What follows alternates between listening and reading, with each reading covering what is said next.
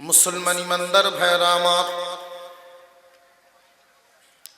ইউসুফ আলাইহিস সালামের ঘটনা শোনার জন্য একদল মানুষ যখন আপনার আমার পয়গম্বরের সামনে প্রস্তাব রাখলো, তুমি যদি সত্যি এই ঘটনা আমাদের সামনে বর্ণনা করতে পারো, সত্য নবী যদি হয়ে থাকো, অবশ্যই ঘটনা সত্যিকারে বর্ণনা করতে পারবে। আর যদি এই ঘটনা বর্ণনা করতে পারো না, মনে করব তুমি সত্য নবী নও। নবী করিম সাল্লাল্লাহু আলাইহি ওয়াসাল্লাম আল্লাহর কাছে দোয়া করলেন, মহান মাওলাই করিম ৭০,০০০ ফেরেশতার বেষ্টনীতে জিবরাইলের মাধ্যমে এই সূরা কানা নাজিল করে। কয় হাজার ফেরেশতা? ৭০,০০০ ফেরেশতার বেষ্টনীতে এই সূরা কানা নাজিল করেন। এত ফেরেশতা জিবরাইলের ডানে বামে আল্লাহ কেন পাঠালেন? শয়তান কোন আয়াত চিনায় নিয়ে যাবে এই ভয়ে, যে না না এই ভয়ে নয়।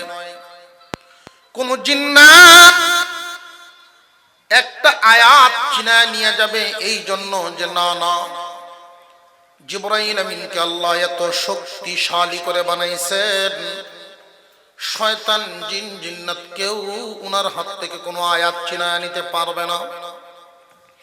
তাহলে ৭০,০০০ ফেরেশতা ডানে বামে পাঠানোর কারণ কি?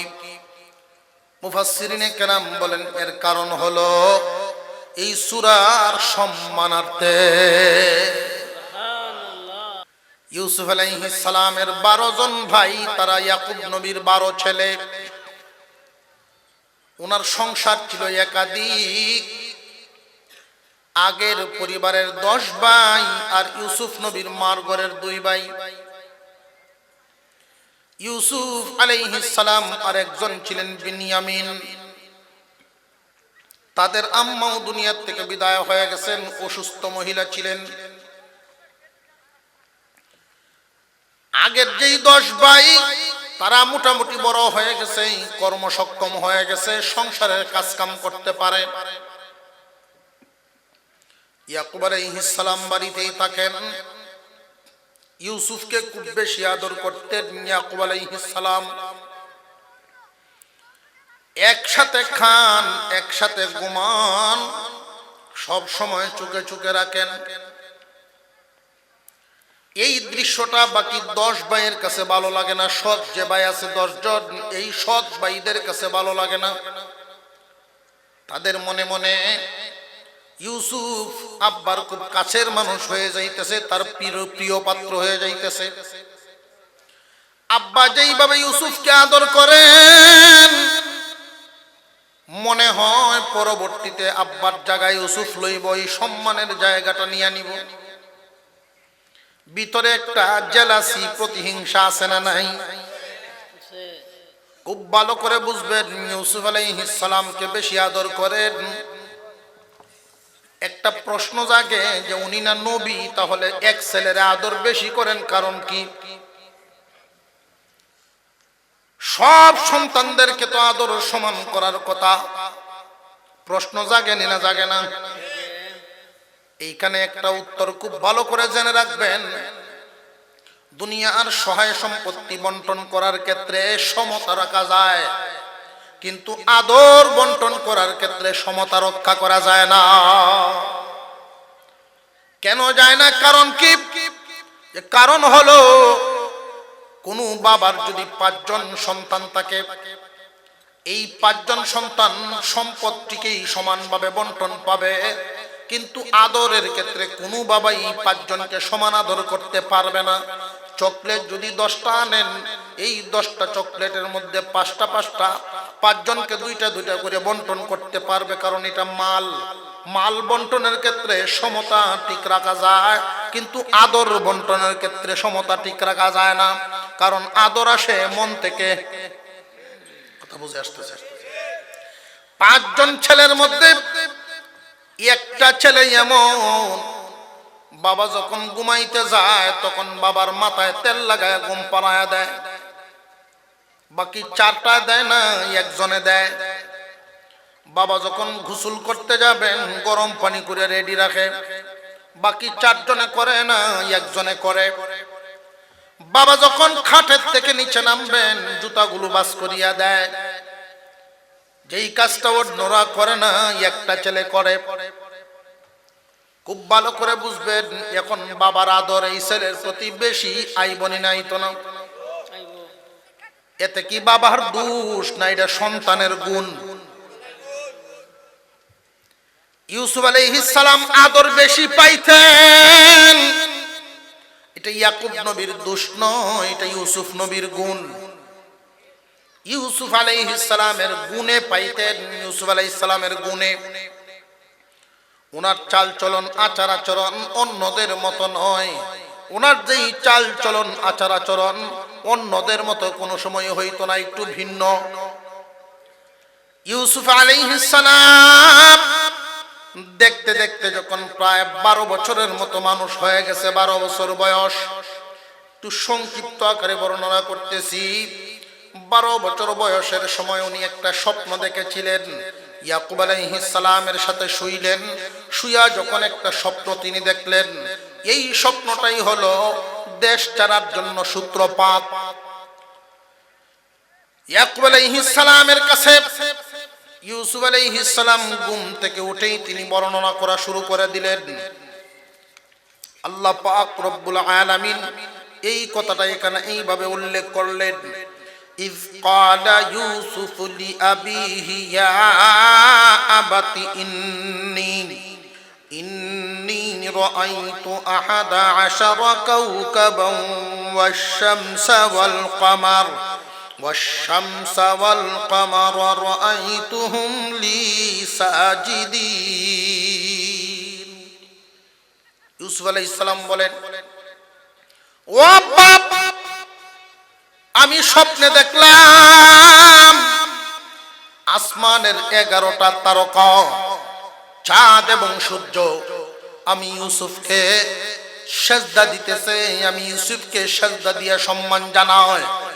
আব্বাজান, আমি এমন একটা আশ্চর্য স্বপ্ন দেখলাম। ইউসুফ আলাইহিস সালাম যখন এই স্বপ্ন বর্ণনা করেন তখন ইয়াকুব আলাইহিস সালাম সন্তানকে টান দিয়া বুকের সাথে জড়াইয়া কপালে একটা চুমা দিলেন। আশ্চর্যজনক স্বপ্ন শুনিয়া, বড় মুবারক বরকতপূর্ণ স্বপ্ন।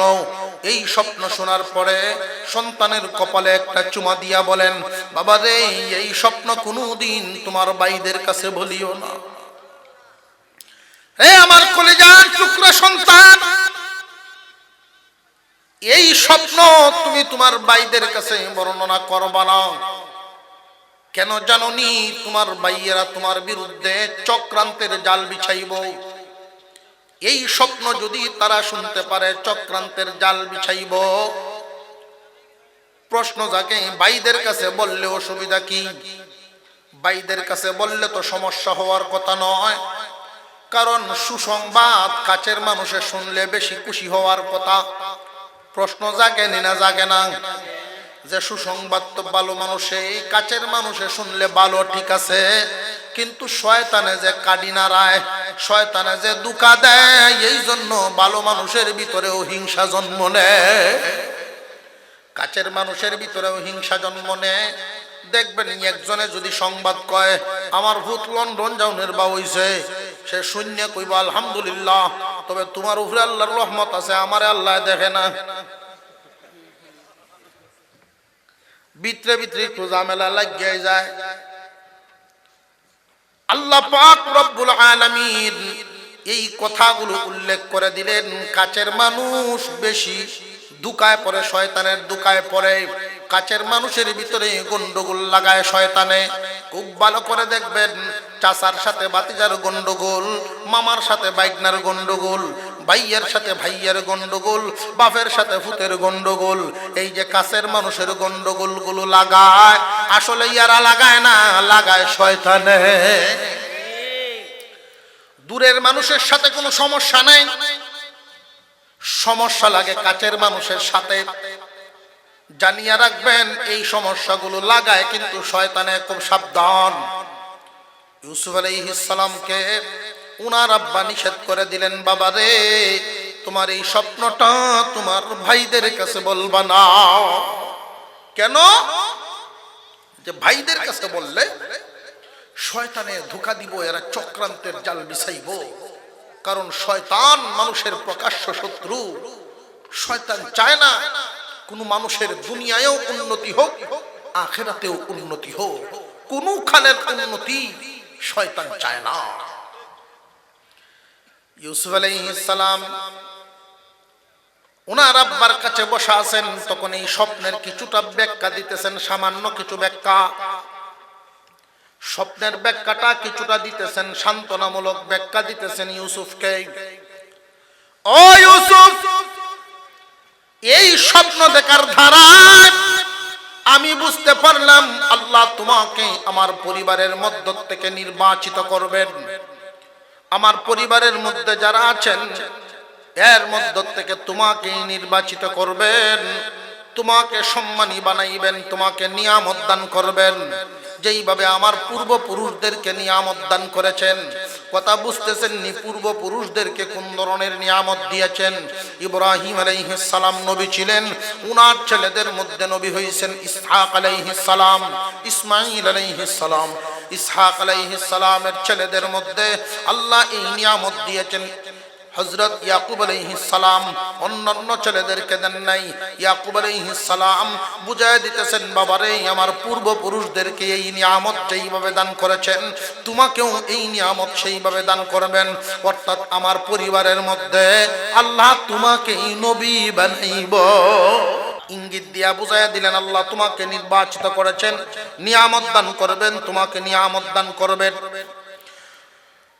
মুসলমান ইমানদার ভাইরা আমার, আল্লাহ পাক রব্বুল আলামিন এই ঘটনা আমাদের সামনে তুলে ধরেছেন। এখান থেকে বহু শিক্ষা আছে। ইয়াকুব আলাইহিস সালামের ছেলেরা বিভিন্ন কাজ কামে যাওয়ার সময় বিবিগণকে বইলে যাইতেন, চোখ কান খোলা রাখিস, আব্বাই যে ইউসুফ রে যেমনে আদর করে দেখিস কোন সময় বাড়ি ঘর লিখে দেলায় ওই তো পারে না। বেটা যেমনে আদর করে আমার বাপে কোন সময় যে কি করে না করে, একটু চোখ কান খোলা রাখিস। দেখবেন মানুষের মধ্যে এমন কিছু মানুষ আছে কার গর কি হয় কান ফাইতে শুনে। এমন মানুষ আছে না নাই? কার ঘরে কি হয় কান ফাতিয়া শুনে শুনে চোখ দিয়া চুপে দেখে। এই জাতীয় চরিত্র যাদের থাকে এরা ইজ্জতওয়ালা হতে পারে না, এরা জমিনে বেইজ্জত হয়। জমিনে এরা ইজ্জতওয়ালা হতে পারে না। দেখবেন সার দোকানো এই জাতের কিছু মানুষ পাওয়া যায়। কার বাড়িতে কে গেল, কে কার বাড়ির থেকে বাইর হলো, কে কেমনে আডে, এই কুচখবর তার কাছে পাওয়া যায়। আছে না নাই?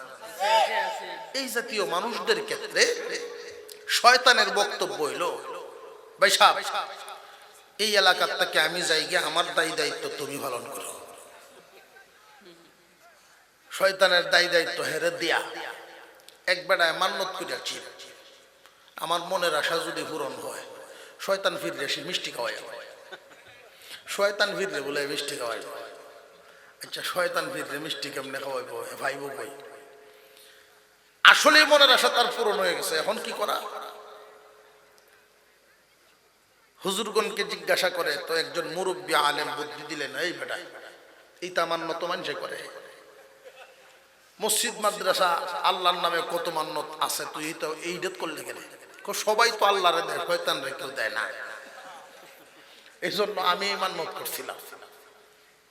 বিয়াকল শয়তান রে কোন মান্নত তো কই পাইতাম, মনের তো একটা সান্ত্বনার দরকার। কথা হলে এই কামড়ি যারা করে মানুষের পিছিয়ে লাগিয়ে থাকে, এই সমস্ত একটা মানুষের খাওয়াই এনেছে একটা মিষ্টি, তুই তোর মান্নত পূরণ হয়ে যাবে। ইউসুফ আলাইহিস সালামের একজন ভাবি ইয়াকুব নবীর এই যে কথাগুলো ওনার ছেলেকে বলতেছেন, ইউসুফকে আল্লাহ তোমাকে সম্মানী করবেন, তোমাকে যে নিয়ামত আল্লাহ দিবেন, এই তোমার উসিলায় সারা পরিবার নিয়ামত প্রাপ্ত হবে। ভাবি শূন্য রাখছে আয়োগ আসগো বাড়িতে। যেই মাত্র ছেলেরা বাড়িতে আসছে এমনি এক ভাইয়ের বউ গিয়া বলতেছে, শূন্য যাও, গুরুত্বপূর্ণ কথা আছে। কি কথা? যে আব্বা তো এমনি ইউসুফকে আদর করে। ইউসুফ একটা মিথ্যা স্বপ্ন সাজায়া আব্বার কানে শোনাইছে, এতে করিয়া আব্বার কাছে আরো প্রিয় পাত্র হয়ে গেছে। স্বপ্নটা কি আসলে মিথ্যা ছিল না সত্য? সত্য ছিল। 10 ভাইয়ের মধ্যে রাগ, একজনের চাইতে আরেকজনের চাইতে আরেকজন রাগান্বিত হওয়া শুরু হয়ে গেল। না, আর সহ্য করা যায় না, এগুলো আর সহ্য করা যায় না, ইউসুফকে হত্যা করে ফেলা হবে। নাউজুবিল্লাহ। উকতুলু ইউসুফা, ইউসুফকে মার্ডার করে ফেলা হবে, তাহলেই তো আর আদর কদর সব শেষ হয়ে যাবে। আরেকজনে কয় না, ইউসুফকে মারা যাবে না, তাকে বনবাস দেওয়া হবে, বাড়ি ছাড়া করা হবে। এক একজনে এক এক কথা কইতাছে। অবশেষে সিদ্ধান্ত গ্রহণ করা হলো, ইউসুফকে বাবার চোখের আড়াল করতে হবে, যেন কোনোদিন জীবনে তার বাড়িতে আসা হয় না, বাবার চোখের সামনে আর পড়ে না। আমাদের একটা কাজ করতে হবে, যে কোনোভাবে ইউসুফকে বাড়ি ছাড়া করতে হবে, জীবনে কোনোদিন যেন বাড়িতে আসতে না পারে। এরপরে আমরা তওবা করে ভালো মানুষ হয়ে যাইব। ইউসুফ যখন থাকবে না আমাদের সামনে, আমাদের ছাড়া তো আব্বার আর কেউ থাকতো না, তখন আমাদেরকে আদর বেশি করব। আল্লাহ পাক রব্বুল আলামিন এই কথাগুলো এখানে এইভাবে উল্লেখ করে দিলেন।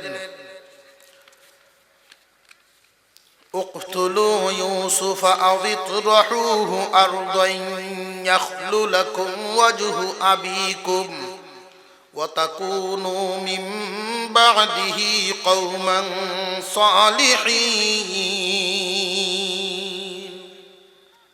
ইউসুফকে মেরে ফেলো অথবা দেশান্তর বনবাস দিয়ে দাও।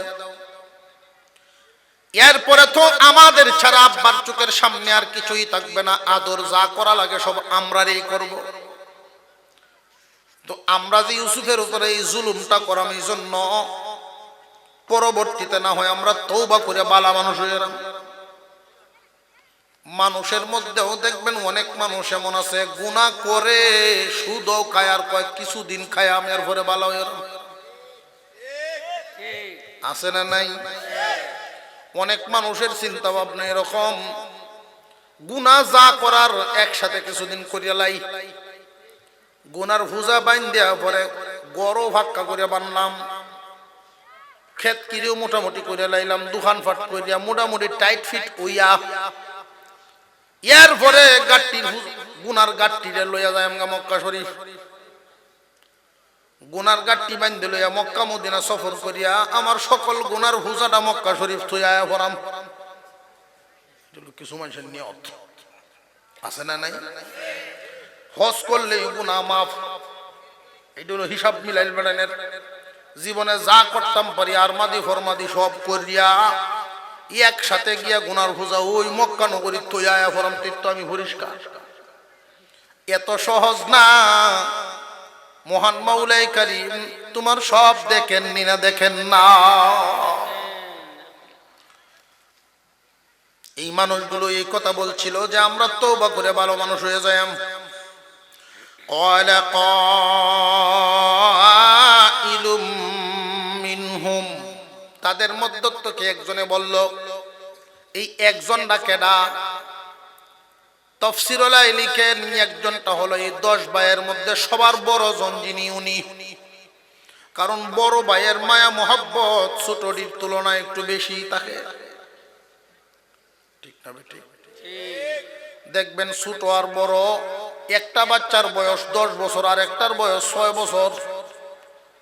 এই 10 আর 6 কিন্তু মাঝে মাঝে ঝগড়া হয়, মাইর হয় বড়। 10 বছরের দ্বারে 6 বছরের টায় কিলায় মারেনি না, মানে না। আরে এটা চিল্লাইতেছে, আম্মা গো আইলা না, আম্মা গো আইলা না। কত তুই একটা দে, আমি দিলে তো কানবো। এইটাও বুঝে ঠিক। বড়টার দয়া মায়া তুলনামূলক ভাবে ছোটটার প্রতি একটু বেশি হয়। মাঝে মাঝে ব্যতিক্রম দেখা যায়। কারণ কি? যে কারণ ছোটটার কোনো না কোনো আচরণে বড়টায় কষ্ট হয়েছে। অনেক সময় বড় ভাই যদি কঠিন হয়, বুঝবেন ছোটগুলোর কোনো বেয়াদবি, কোনো না কোনো আচরণের কারণে বড়রা কঠিন হয়। আর নইলে বড় ভাই বোন যারা হয়, মা বাবার ভূমিকা তারা হয়। বড়টা বলতেছেন, না না, তোমাদের এই কথায় আমি একমত নই। লা তাকতুলু ইউসুফা, ইউসুফকে মারার পক্ষে আমি নই। লা তাকতুলু ইউসুফা ওয়া আলকুহু ফি গায়াবাতিল জুব্বি ইয়ালতাকিতুহু বা'দুস সাইয়ারা ইন কুনতুম ফাইলিন। বড়রাই কয়, এ আমার ভাই সাহেব, তোমাদের লক্ষ্য হইল ইউসুফকে বাড়ি ছাড়া করা, এটাই তো তোমার উদ্দেশ্য। জানে মারার দরকার কি? যেমনই হোক তো আমাদের আব্বার সন্তান। আর এত সুন্দর ভাইটাকে কেন তোমরা মেরে ফেলবা? এটা তোমাদের জেলাসি।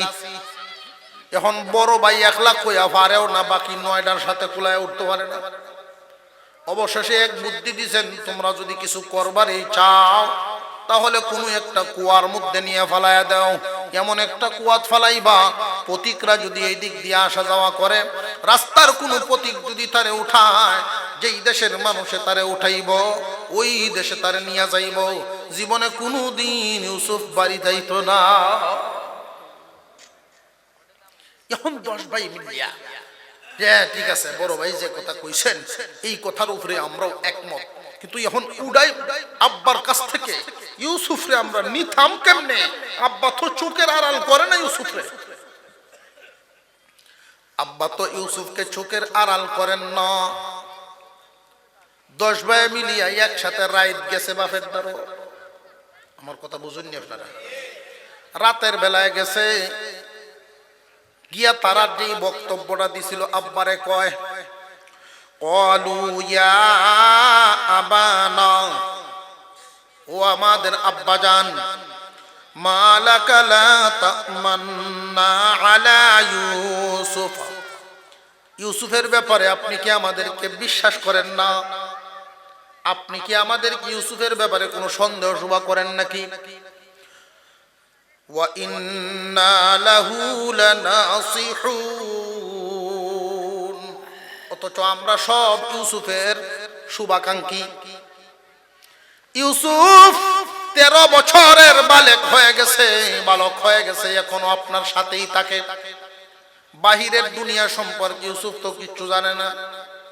ইউসুফ কাজ করুক, আমরা এটা চাই না, তবে অভিজ্ঞতার তো দরকার আছে, তার একটা ভালো ভবিষ্যতের দরকার। আব্বা, আমরা তার উত্তম ভবিষ্যৎ কামনা করি।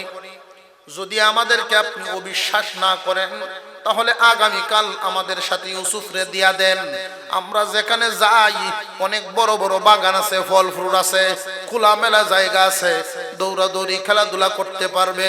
ইউসুফের মনটা অনেক ভালো থাকবো, ইউসুফের মনটা অনেক ভালো থাকবো। একটা ঘরের ভিতরে বইয়া বইয়া মনটা নষ্ট হয়ে যাইতেছে। আব্বা, আমরা আমার ভাইয়ের ভালো চাই। ইউসুফ আলাইহিস সালামের ব্যাপারে 10 ভাই যখন এই কথা বলা শুরু করলেন, আরসিলহু মা'ানা গাদান ইয়ারতা' ওয়া ইয়াল'আব ওয়া ইন্না লাহু লাহাফিজুন, ও আব্বা, ইউসুফকে আগামীকাল আমাদের সাথে দিয়া দেন, আমরা সবাই মিলিয়ে তার হেফাজত করব। সে আনন্দ ফুর্তি করবে, খেলাধুলা করবে, এতে করে আমরা সব সময় তার হেফাজতের দিক নজর রাখব।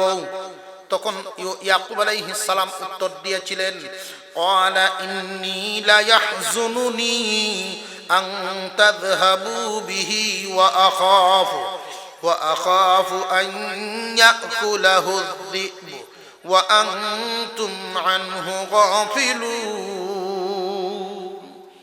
রে আমার ছেলেরা, ইউসুফকে তোমাদের সাথে দিতে আমার চিন্তা হয় এবং ভয় হয়। চিন্তা আর ভয় দুই জিনিস। ভয় হলো তোমরা যেখানে থাকো, তোমরা যেখানে কাজ কাম করতে যাও, ওইখানে অনেক বাঘের বড় উপদ্রব। যদি তোমাদের গাফলতির কারণে, তোমাদের অমনোযোগীর কারণে আমার কলিজার টুকরা ইউসুফকে বাঘে খেয়ে ফেলে, এটা হলো একটা ভয়। চিন্তা হলো কি জানোনি, ইউসুফকে এই পর্যন্ত আমার চোখের আড়াল করি নাই। যতক্ষণ পর্যন্ত তোমাদের সাথে থাকবে ততক্ষণ আমি চিন্তায় থাকবো। যতক্ষণ ফিরিয়া না আসবে ইউসুফ, যতক্ষণ আমার কাছে ফিরিয়া না আসবে আমি চিন্তা মুক্ত হইব না। ইয়াকুব আলাইহিস সালামের সাথে তার ছেলেরা যেই উত্তরটা দিয়েছিল, উত্তরটা হলো এমন: ক্বালু লা ইন আকালাহু যিবু ওয়া নাহনু উসবাতুন ইন্না ইযাল লাখাসিরুন। ও আব্বাজান, আপনি তো জানেন আমাদের অবস্থা সম্পর্কে তাফসীরুল্লাহ লিখেন। ইয়াকুব নবীর ওই যে 10 ছেলে ছিল, তাদের বডি বানার অবস্থা ছিল এমন, এত শক্তির অধিকারী তারা ছিল। 10 ভাই প্রত্যেকেই বড় বডিবান এবং শক্তির অধিকারী। এমন কি এক একজন এক একটা বাঘের সাথে মাইর করতে পারে, এক একজন ভাই এক একটা বাঘের সাথে মাইর করতে পারে, এমন শক্তিওয়ালা মানুষ এরা। ইউসুফ আলাইহিস সালামের ভাইয়েরা বাবার সাথে বলা শুরু করে দিল যে আমরা রে থইয়া যদি, আমাদেরকে রেখে যদি আমাদের ভাই ইউসুফকে খেয়ে ফেলে তাহলে তো আমরা ক্ষতিগ্রস্ত হয়ে গেলাম, থাকতে না থাকতে সমান কথা। এলাকার মানুষের কাছে মুখটা দেখাই কেমনে? আপনি চিন্তা করবেন না, আগামীকাল শুধু আপনি আমাদের সাথে দিয়া দেয়। ইয়াকুব নবী রাজি হয়ে গেলেন। ছেলেরা বড় বড় ছেলেরা সংসার চালায়, কামাই সুদ। ছেলেরা যখন কোনো আবদার করে বাবার ইচ্ছা না হইলেও মানতে হয়। উনি মেনে নিলেন, ঠিক আছে যাও, আগামীকাল সকালে তোমাদের সাথে ইউসুফকে দেওয়া হবে, ইউসুফকে দেওয়া হবে আগামীকাল সকালে। এই কথা বলিয়া ইউসুফ আলাইহিস সালামকে যখন তাদের সাথে দিবেন, পরের দিন সকাল বেলায় ইউসুফ আলাইহিস সালামকে রেডি করে দিচ্ছেন বাবায়। জীবনের প্রথম এই পর্যন্ত ওই যে 4 বছর বয়সের সময় মা মারা গেছিল, এতদিন পর্যন্ত বাবাই শুধু নিজেই লালন পালন করেছেন, নিজেই লালন পালন করেছেন। মার আদর বাবার আদর উভয়টা দিছেন। যেখানেই যাইতেন ইয়াকুব আলাইহিস সালাম ইউসুফকে সাথে নিয়ে যাইতেন। এই প্রথম সফরে দিচ্ছেন ভাইদের হাতে। উনি জানেন ভাইদের মন মানসিকতা খুব একটা ভালো না, নিরুপায় হইয়া দিচ্ছেন। ইয়াকুব আলাইহিস সালাম চোখের পানি টলমল করে ছাড়তেছিলেন। ইউসুফ বাবার চেহারার দিকে তাকায়া বলেন, আব্বা আপনি কেন কাঁদেন? ভাইদের সাথে যাইতেছি, আবার তো জলদি জলদি করেই চলে আসব। ইয়াকুব আলাইহিস সালাম বলছিলেন, বাবা রে, যতক্ষণ তুমি ফিরিয়া না আসবা ততক্ষণ আমার চোখের পানি বন্ধ হইব না। আসলেই তো বন্ধ হইছিল না। ইউসুফ আলাইহিস সালাম ভাইদের সাথে যাচ্ছেন, ওনার কোমরের মধ্যে একটা তাবিজ বেঁধে দিলেন ইয়াকুব নবী। আব্বা এটা কোত্থেকে? যেটা আমার কাছে সংরক্ষিত ছিল। আমার আব্বা এই তাবিজ আমাকে দান করেছিলেন, আজকে তোমাকে আমি দিয়ে দিলাম। এই তাবিজের একটা ইতিহাস আছে। ইব্রাহিম আলাইহিস সালাম এই তাবিজখানা ইসহাক আলাইহিস সালামকে দিয়েছিলেন। ইসহাক আলাইহিস সালাম ইয়াকুব আলাইহিস সালামকে দিয়েছিলেন। ইয়াকুব আলাইহিস সালাম আজকে ইউসুফ আলাইহিস সালামকে দিচ্ছেন। ইউসুফ আলাইহিস সালাম এই তাবিজ কোমরে বাঁধলেন। ইয়াকুব আলাইহিস সালাম বলেন, বাবা রে যাও, তোমার ভাইদের সাথে যাও। একটা কথা মনে রাখবা, দুনিয়ার সবাই সবাইকে বলতে পারে, আল্লাহ কিন্তু বান্দা বলেন না। যে কোনো সমস্যার সম্মুখীন হইবা, মহান আল্লাহকে স্মরণ করবা। দিয়ে দিলেন, আল্লাহর হাওলা করে দিয়ে দিলেন। ভাইদের সাথে যাচ্ছেন, ভাইয়েরা শুধু আদর দেখায়। এক ভাইয়ে টান দিয়া কুলে লয়, আরেক ভাইয়ে টান দিয়া কাঁধে উঠায় নেয়, আরেক ভাইয়ে চুমা দেয়। বাবার চোখের সামনে এইভাবে আদর দেখাইতে দেখাইতে কিছু দূর পর্যন্ত যখন চলে যায়, এখন আর দেখা যায় না, একটা পাহাড়ের আড়াল হয়ে গেল। পাহাড়ের আড়াল হয়ে যাওয়ার পরে যেই মাত্র মাইল, 2.5 মাইল দূরে চলে গেলাম, এখন আর কোনো চিৎকার এই পর্যন্ত আসবে না। এমনি দেখা যায় এক ভাইয়ের কাঁধ থেকে ইউসুফকে ঢিল মেরে ফেলে দিল জমিনে। এমনি পিছন থেকে একজনে আইসা লাথি মারে, আরেকজন আইসা থাপ্পড় মারে, আরেকজনে ঘুষি মারে, আরেকজনে থাপ্পড় মারে। এইভাবে যখন মার শুরু হয়ে গেল, ইউসুফ আলাইহিস সালাম শিশু এক ভাইয়ের চেহারার দিকে তাকাইয়া উনি দৌড়ে গিয়ে তারে ধরেন, মেজু ভাই, বড় ভাই আমারে কেন মারেন? বড় ভাইয়ের কাছে গিয়ে বলে, মেজু ভাই আমারে কেন মারে? ছোট ভাইয়ের কাছে যায়। এইভাবে কোনো ভাইয়ের কাছে আশ্রয় পায় না। অবশেষে 10 ভাইয়ে মারতে মারতে এমন মারের হালত করলো, একদম সারাটা শরীর লাল লাল হয়ে গেছে। ফর্সা মানুষ, সুন্দর মানুষ, সারাটা শরীর দাগাক্রান্ত হয়ে গেছে। এমনি বড়জন ডাক দিয়া বলে, দমে মারা যাবে না, আমাদের কথা ছিল, কন্ডিশন ছিল, কুয়ার ভিতরে ফেলতে হবে, নিয়ে যাও, কুয়ার ভিতরে ফালাইয়া দাও। যেই মাত্র ইউসুফ আলাইহিস সালামকে কুয়ার ভিতরে ফেলবেন, পরনের জামাটা খুলে ফেলতেছেন, খুলে ফেললেন। যেই মাত্র পরনের জামা খুলে ফেললেন, সম্মানী মানুষকে উদাম করা যাবে না। এমন মানুষও আছে দেখবেন কাপড় চোপড় লেমটি মারিয়া বাজারও যাইতে পারে। আবার এমন মানুষও সম্মানী মানুষ আছেন, মানুষের সামনে খালি গায়েও যাইতে পারে না। ইউসুফ আলাইহিস সালাম বড় সম্মানী মানুষ, সম্মানীর পুত্র সম্মানী, সম্মানীর পুত্র সম্মানী। আল্লাহ পাক রব্বুল আলামিন সব দেখতেছেন, এই পর্যন্ত শুধু দেখলেন, কোনো ভূমিকা নেন নাই। যেই মাত্র 10 ভাই মিলিয়া মারলো, পরনের কাপড় খুলে ফেললো। এখন যখন কুয়ার ভিতরে ফেলায়, ইউসুফ আলাইহিস সালাম নিরুপায় হয়ে গেছেন। এখন কার আশ্রয় নিবেন? উনি মনে মনে ভাবতেছেন, গভীর কুয়া, গভীর কুয়া। আসলে এই কুয়াটা ছিল অত্যন্ত গভীর, 70 হাত গভীর এই কুয়া। 70 হাত গভীর কুয়াটা। এই কুয়ার ভিতরে 20 হাত পানি আছে, 70 হাত 50 হাত খালি আছে। 20 হাত পানি আছে, 50 হাত খালি আছে। এই 70 হাত গভীর কুয়ার ভিতরে যখন নিক্ষেপ করা হয়, তখন ইউসুফ আলাইহিস সালাম আল্লাহু আকবার বলে ডাক মেরেছিলেন। আল্লাহ, আল্লাহ পাক রব্বুল আলামিন বলেন, রে জিবরাইল, আমার ইউসুফকে তারা হাত থেকে ছেড়ে দিয়েছে। আমি তোমাকে হুকুম দিলাম, ইউসুফের গায়ে যেন কোনো পানি লাগতে না পারে, পানি যেন লাগতে না পারে, এর আগেই তুমি তারে দরিয়া ফেলো। জিবরাইল আলাইহিস সালাম বলেন, তখন আমি সিদরাতুল মুনতাহায় ছিলাম। একটা নয়, দুইটা নয়, একসাথে 600 নূরের পাকা ছেড়ে টান দিলাম। লক্ষ্য করে দেখি ইউসুফও যায় আর আমিও যাই। ইউসুফ ওই কেনানের কুয়াতে পানিতে লাগবার আগে আমি জিবরাইল কুয়ার ভিতরে পৌঁছে গেলাম। হাত দিয়ে ধরে ফেলছেন। ইউসুফ আলাইহিস সালাম থরথর করে কাঁপতেছেন, থরথর করে কাঁপতেছেন। আল্লাহ পাক রব্বুল আলামিন জিবরাইল আমিনকে জানায় দিলেন, ইউসুফকে সুসংবাদ জানায় দাও, অভয়বাণী শোনায় দাও, অভয়বাণী শোনায় দাও। আর কোনো চিন্তার কারণ নাই, আর কোনো ভয়ের কারণ নেই। ইউসুফ এখন আমার মেহমান হবে। জিবরাইল রে, 3 দিন পর্যন্ত ইউসুফের মেহমানদারি করবা, তার সাথে কথাবার্তা বলবা। জিবরাইল আমিন আগের থেকেই ইউসুফ আলাইহিস সালামের পরিচিত। কারণ কি জানেননি? বাবার কাছে যখন থাকতেন তখন মাঝে মাঝে দেখতেন জিবরাইল আইতো। জিবরাইল আলাইহিস সালাম ধরে ফেলছেন, ধরে বলেন, আমি জিবরাইল। আর চিন্তার কোনো কারণ নাই, ভাবনার কোনো কারণ নাই।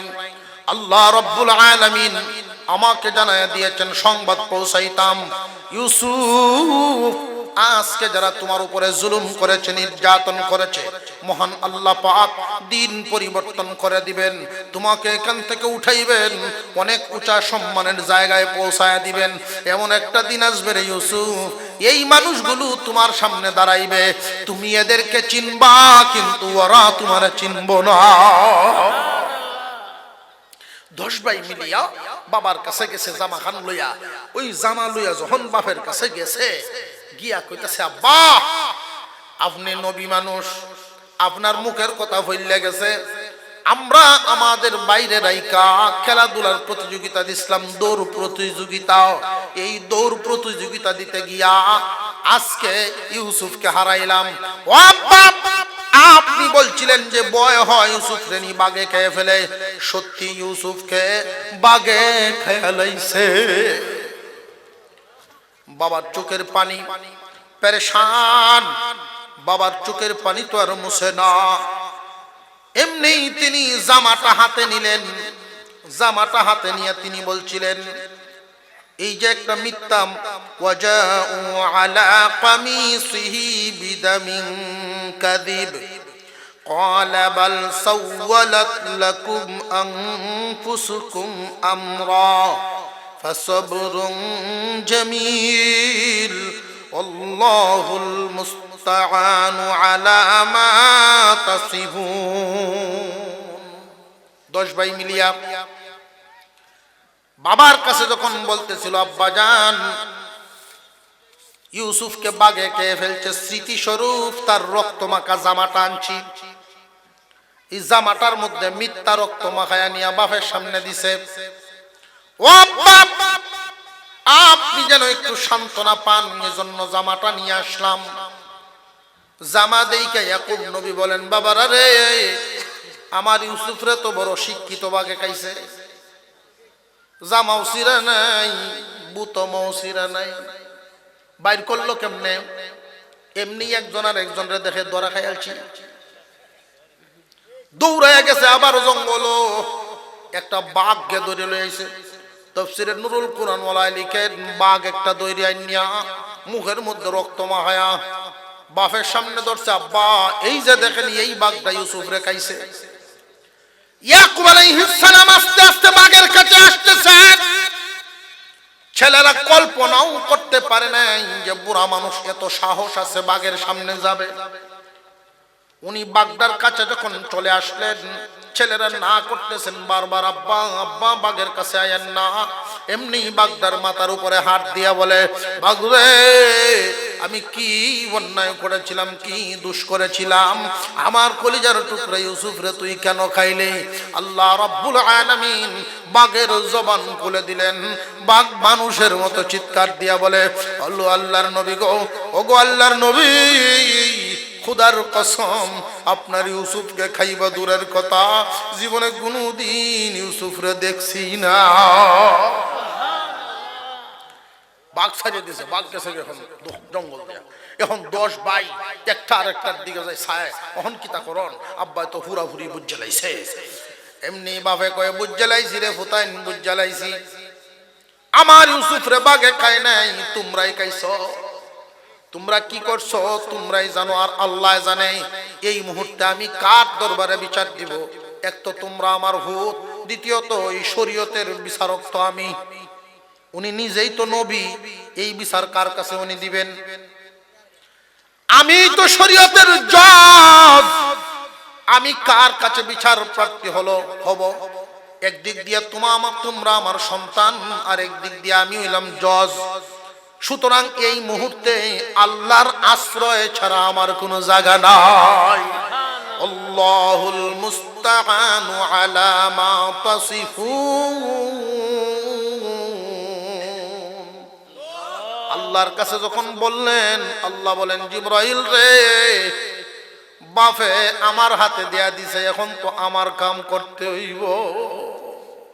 ইউসুফ আলাইহিস সালাম কুয়ার ভিতরে আছেন, এই কুয়ার থেকে উঠায়া পথিক দল আসবে, ব্যবসায়ী দল, ইউসুফ রে এখান থেকে উঠাবে।